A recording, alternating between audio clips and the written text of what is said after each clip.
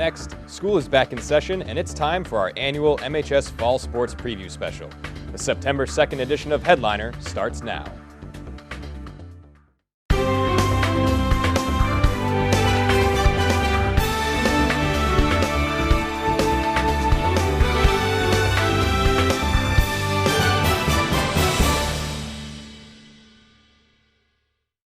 Good evening and welcome to MHTV's Headliner. I'm Jess Burton. We start our 2016 MHS Fall Sports Preview off with the best team from the fall of 2015, the boys cross country team. Last fall, the boys won both the Northeastern Conference and the state championships. And with a new season beginning this week, the team is already dead focused on a repeat performance. Well, we graduated 6 of our top 7. 7's varsity that toes the line at the state championship, so we've got our work cut out for us, but we're coming back with a fairly strong contingent of juniors and sophomores, well, now seniors and juniors, and a good-looking freshman group coming in. So, as always, my expectations are we're always striving to make it to the state championship, which we have to qualify to do, and I think we have the buildings to be able to do that. Are all your captains this year seniors? Yep, I've got 2 senior captains, Oliver Jacob and Ian Struthers. So what have they been doing? It's been really hot lately. What have they been doing to get the team ready? Any change to the normal routine? No significant change. Throughout the summer, I can't really meet with them, so it's up to the captains to really pull them together for practice. And, my wife would be driving out of town early to go to work at like 7:45, 8 o'clock, and she'd see them gathering down here. So the big thing that I stress always in the summer is get out early, and then when school starts, we can't get out that early. So we're out here. It's a little hotter today, but hopefully they're acclimated by now. That's good to see the dedication, though, the seniors getting everybody together. Who are the returning runners, maybe those seniors that we can expect big things from this year? Sure. As I said, Oliver Jacob and Ian Struthers, they come back as returning varsity runners. They were top 10 last year. Oliver's the only one who was actually on the varsity top 7 team that won the state championship. So I'll expect a lot of leadership from him. Other than that, we're coming back with some good, strong juniors like John Faria, Zach Phelan look really good early on, and then a great group of sophomores led by Harry DeBartolo, Ethan Snook, Hayden Wickar, Kyle Saulnier, Oliver Glass, Grant Adam. I don't want to leave too many of them out. There's so many sophomores. It's a good group. So, yeah, it should be a good year. We graduated a lot of people from last year. We actually graduated 6 of our top 7 varsity runners from the All-State Championship. But what a lot of people overlook about the team is our really great coaching from Coach Heenan. Every year he's always been a really dedicated coach, and he's always been able to put together a really talented team. Yeah, you guys were very talented last year. State champions, like you said. How can you get that done again? Well, I think a lot of it is just going to be getting commitment out of various underclassmen and new up-and-comers, and that's actually looking very well right now. We have a lot of sophomores that have been putting forward the required commitment to really place. And Coach said that you guys have been doing a lot of things in the morning to get ready, practices early on. Who are those young sophomores that are really committed that you think are going to stand out and make an impact for your team this year? Well, like I said, we have a few actually. Hayden Wicker has been a very committed part of the team. He has been ever since he really started taking a hold to the sport his freshman year. Ethan Snook is showing a lot of promise. Harry DeBartolo. But there's a bunch of names that I'm probably missing that are really good up-and-comers. All right, well, good luck. Thank you. All right, Ian, what does being a senior and a captain or a senior captain mean to you? It's really just about leading the team, helping them start to love this sport and start to commit themselves so we can have the best team we possibly can this year. Why do you think there's so much dedication for this sport in town? Well, it's just a sport that's easy to love. Once you really get into it, it's hard to stop. People say it's addicting. Yeah, it's fun to run outside, right? Yeah. So what school is going to be the biggest competition for you guys? You guys usually lead the way, so everybody's usually looking at you. Who are you guys looking out for? Well, we have one rival in Gloucester we're looking forward to running against, but the main teams we're looking out for are Newburyport and Melrose. They're the big front runners in the division. And what's the schedule look like this year? With cross country, you said that the conference is broken up into 2 types of divisions. Just explain a little bit. Sure, we're broken up as of now into large school and small school. So we are in the small school division. So we will run against, we actually start the year off against some large school opponents. So this year for our large school opponents, we run against the 2 Lynn teams. But other than that, we'll run against Gloucester, Danvers, Swampscott, Winthrop as the small school component. So is that by class size, like full class size, or school size, or is it by team size? I believe they completely do it on school size. Okay. Yeah, it's not team size, because you'll see some of the large schools have some of the smallest cross-country teams. So it's some of the small schools have the largest cross-country teams. So it's all based on school size. What do you guys have, like 25 guys over here? Right now, the most we've had in the first 3 days of practice is 29. 29. Yeah. Cool. So who's the toughest competition going to be? And Besides you guys. well, we graduate a lot, so it'll be tough. Gloucester brings back a few guys who look pretty good. Danvers had a good young group last year. Swampscott's always pretty good. And then when we get to the conference meet, we run against the large schools. Peabody, year after year, is top notch. So they didn't graduate much last year, so they look pretty strong. Now, the boys team casts a pretty big shadow over the conference, but we can't forget about the girls team. They usually keep stride with the guys as being one of the toughest teams around. And after what Coach Kylan McKinley called a rebuilding year last year, they're out to prove that they're elite once again. I have a really strong group of returning girls. Last year was kind of a little bit of a rebuilding year for us, so I'm excited to have them back and a bunch of younger newcomers as well. And this time of the year, you don't get to see your team a lot. What have your captains been doing to get the team ready? And it's been so hot out. Has there been any change to the routine? Yeah, so this year is nice. I have 4 captains, and they were running early morning captains practices as well as like a later night session, which I thought was great to try to get more girls, whether it was easier in the morning or at night. But they tried to keep it the cooler parts of the day. And I think they actually went at night from the beach, so they did some, I think, swimming afterwards to stay cool. So who are the returning runners? Any of those seniors that we can expect big things from? Yeah, I have the 4 captains, all seniors. Mia Forster will definitely be a top runner this year. She was captain for you last year? No, not last year. Yeah, just this year. Okay. And as well as Grace Cunningham. I have Montana Joyce coming back. She's a senior, but it's only her 2nd year running, and she was a varsity runner last year. I have Christy Twalfoven. She's going to be a sophomore. It's also her first cross-country season. She did soccer last year, but she had a great track season, so I'm excited to see what she does. And then a couple incoming freshmen that were really successful, I know, running track in middle school. So what's that like, getting the newcomers acclimated, the ones that don't run cross country all the time, just start to pick up the sport? Yeah, it's nice because usually sometimes I see them in other sports or they'll come out for a track and they realize how much they like running. But they seem to be doing a great job. They're athletic to begin with. They've done other sports in their past, so they're doing a great job. Yeah. And what are some newcomers? Any freshmen or sophomores that might shine this year? I have 2 freshmen I've seen that look great. Olivia Cleary and I think it's Corinne Ahern are both 2 freshmen. They've run in middle school, very athletic. I've only seen them, we only had 2 practices, but they look great so far, so I'm excited to see what they do. Okay, Grace, how's the team look this year? Looks pretty good. We've only had a couple practices, so it's hard to tell exactly, but we're pretty strong overall. And Mia, you said you've been running early morning practices and some afternoon practices too. How's everything going? Anybody standing out to you? Everything's going pretty good. We have 2 freshmen, Olivia Cleary and Corinne Cook, that are really standing out right now. We have a lot of returning juniors that are looking good as well. Your coach mentioned Corinne. She ran a really fast mile in one of the practices? Yeah, I believe she ran a 5:45, which is outstanding for a freshman. She has a lot of potential. What does being a senior captain mean to you? Well, because cross country is such a difficult sport, both mentally and physically, it's really important to show the girls that we all have high points, we all have low points, and show them what they can do. Yeah, you got to keep leading. And Elsa, who are you going to lead your team against? What's the toughest competition going to be for you? Gloucester and Beverly have been our most difficult competitors in the past, and we look forward to seeing them at the NEC title meet. And you guys are usually top dog in the conference. Last year, like you said, a little bit of a rebuilding year. Yeah. Who's going to be your biggest competition this year? Well, during our dual meets, I know we go against Gloucester again, and we beat them by 1 point in our dual meet last year, and then we lost to them in the conference, so that should be close. Whenever we see Peabody or Beverly at the conference meet, they're really, really tough, so we'll see. Yeah. All right, the NEC's stacked. Good luck. Yes, thank you.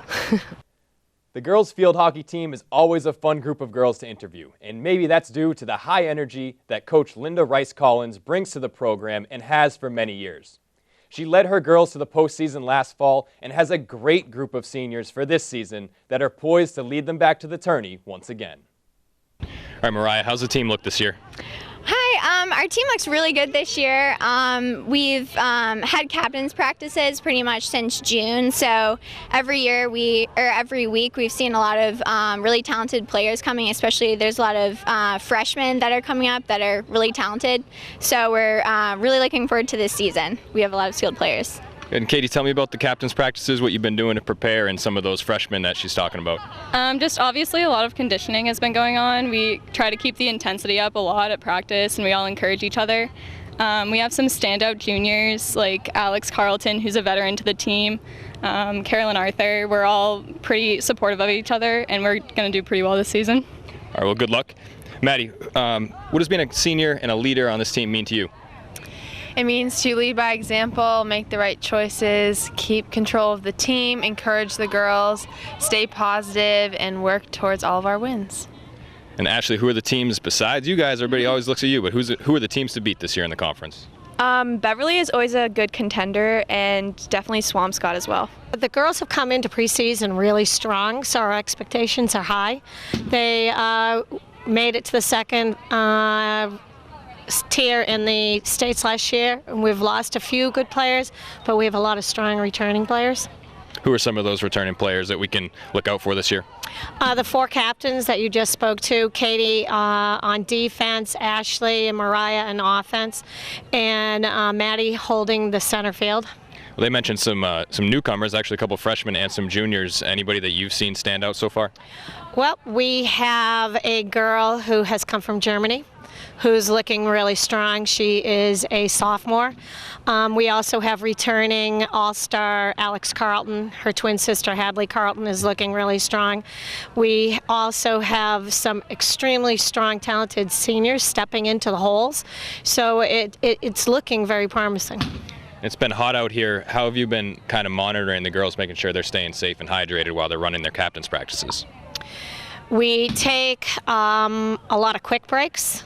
We have a lot of water coming out all the time, so we go for about 20 minutes hard, and then we take 5 off and 20 minutes hard, and they've been really able to withstand it. They all passed the mile test in shining numbers, so they're holding up. That's great, and you guys your girls were very good last year, second tier in the state tournament. How can you get back there, and who's going to be a tough opponent kind of standing in your way to get to the top of the division? Beverly and Danvers are gunning for us. They really step it up. Everyone always steps it up when they play us, but those two especially, I think Gloucester is going to be there lurking and right up there with them, so we really have to take every game at a time and just go out like it's a tournament game. People talk about the rivalry between Swampscott and Marblehead. I feel like Beverly and Marblehead have had something going now for a few years. Yep, Beverly and Marblehead has had a fierce rivalry going. We really step it up. For some reason, they've decided we're the ones that is their top rival, so we like to step it up right back at them. The boys soccer team had kind of a roller coaster year last fall and were robbed late of a conference championship by rival Swampscott. The captains told me that this year they made improvements on all sides of the ball, and if they can make it through a really tough road stretch early in the season, the back end of the schedule is compiled of home games, which may help them succeed in returning the favor to the Big Blue. All right, Jamie, how's the team look this year? We're looking pretty good. We worked a lot over the summer, and we lost a couple starters, but we're kind of moving our formation around a little. So we're definitely looking good and hoping some kids can step up and have a good season. You guys are always a pretty good team. This year, schedule's kind of tricky. You guys start 5 or 6 games on the road. How's that going to affect you guys? Yeah, we're hoping to start off with a couple good wins and kind of get that momentum into the home games and lead that into the rest of the season to try to make it to the tournament and do the best we can this year. All right, good luck. Thanks. And he mentioned that you lost some seniors last year. Who are some returning players this year that are going to make a name for themselves, and maybe some underclassmen as well? We have a really solid freshman class this year. They're providing a lot of competition for us, and I think they're going to fill in really well for the years to come. As for returners, I think that we have a lot of good strikers and midfielders, and they're going to be really good this year. All right, we'll look for that high-powered offense there. What does being a captain mean to you? I mean, it's an honor, first of all, because we all worked a lot. We know like we deserve it. I mean, we had a good season behind us, so like we all looking forward to being the captains next year. So yeah, it's a pleasure. And Mac, one of the best names in the school, Mac Fisher, right here. Who are the teams to beat in the conference this year? Well, always Danvers and Beverly are tough ones, but our kind of arch rival Swampscott, because they won the NEC last year and they've advanced farther in the playoffs, so we're definitely looking forward to those 2 games. All right, good luck. Thank you. While still a relatively new program, having started varsity play in 2013, the MHS girls volleyball program has been a dominant team in the NEC. They won back-to-back conference championships in 2014 and 2015. They were 19-2 overall last year, and they made it into the quarterfinals of the MIAA Division II North Tournament. This year, even though they have a younger roster, the confidence level is still high, and expectations are for a 3rd straight NEC title and a deep postseason run. All right, Coach, you were so good last year. What are the expectations for your girls this year? I think they're really the same expectations as we had last year. All we really try to do is go out and play the very best volleyball that we can play every day, and last year's team is pretty similar to this year's team in the dynamic that we have going on. So I would expect them to, like I said, go right in and go hard all year long. Your captains mentioned you don't have as much depth as on like the senior line, as you could say. Tell me a little bit about that. Yeah, we graduated 8 seniors, and we had a couple other kids unfortunately not be able to return, which kind of creates a neat situation because we definitely have a huge senior, heavy team. But then again, we've got a lot of kids who normally wouldn't get the chance to compete at this level, the opportunity to play so earlier on. So it actually creates kind of an interesting dynamic. As I talked to the kids about, we really need a leadership team this year, and our seniors, we really need to step up and be a huge part of what we're doing and teach the culture of this game, and kind of lead these younger girls who are going to be at a different place now than they are going to be a month from now, really to a chance to play. I would say the team's looking pretty good. I mean, it's a lot younger than in past years, so we don't have as much depth on the bench as we had in previous years, so I think that we just need to get the younger girls to play a little more, learn the game a little bit better to get as good as we were last year. Yeah, you were really good last year. Without that depth, what do you think it's going to take to get back to the state tournament? I'm just going to say practice and a lot of leadership from us, teaching the younger girls how to play the game and how to be smart on the court, and I guess that's it, basically. All right, thanks. So any underclassmen, you've said you've had 1 open gym practice, any underclassmen that you think are going to stand out this year? We have a new right side hitter, Anna Arbo. She's really good because she's a lefty, which is really important for hitting right side.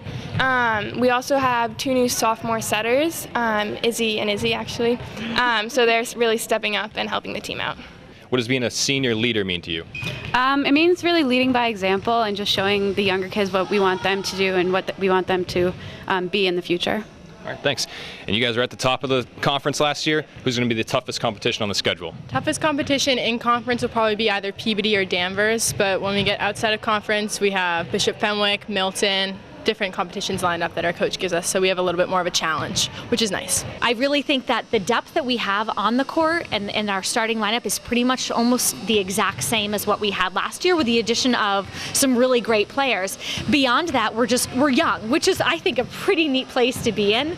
Rather than last year, we were so heavy senior ridden that it was really hard to get those kids to a chance and an opportunity to play, where this year it's more of we're kind of rolling with the wave a little bit more as we go through. Cool, and you should be set for the future years to come. So. Yeah. So who are some returning players that we're going to hear about? I think our big, obviously, class is our senior class. We have Jenny Norcross coming from the outside, Eve Rice in the middle, Claire Pollard playing a little bit of right side, kind of all the way over for us. Mandy is back, Mandy Dumais back as our libero, trying to go right around the court. Emma Bushman as an outside hitter. And then we've got Riley O'Grady, who's stepping in as setter this year. She's not new to our program, but new to our varsity level. And Lizzie Myers is another middle that's going to do big things for us this year.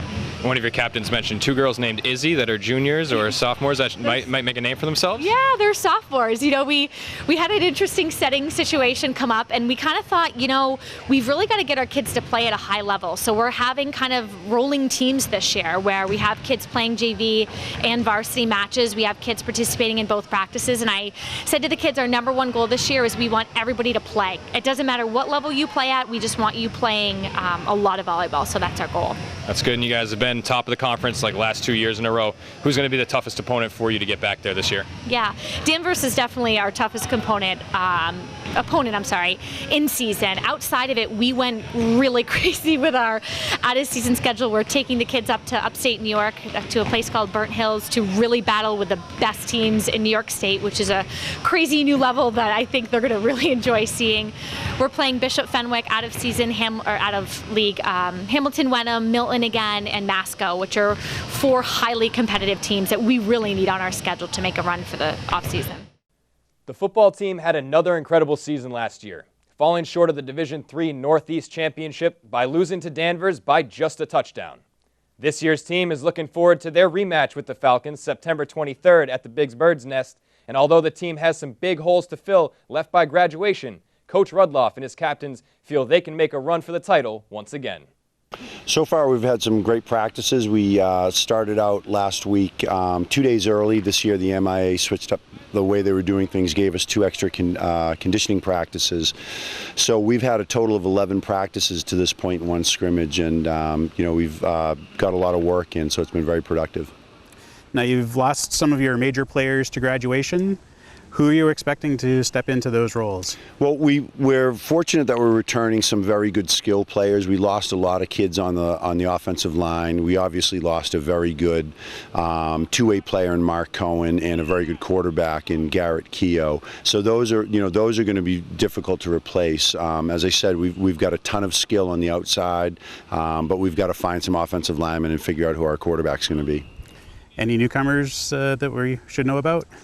Well, an interesting one is we brought a freshman up with us for the first time, Devin Romaine. He's just a baby, but he's in terms of an athlete, he's a man-child. I don't know if he's going to play varsity this year, but certainly we're going to give him some reps in the JV and try to get him ready. He's a promising young guy. But no, it's a lot of the same names and faces. We don't know if someone new is going to emerge. We don't know who that is yet. A nice little gift we got Sammy Frontero back from private school this year as a senior. He's going to be a huge contributor for us. He had a fantastic scrimmage against Billerica and Melrose on Saturday. You mentioned the quarterback role is one that you need to fill. Tell us about the 2 players that are going for that.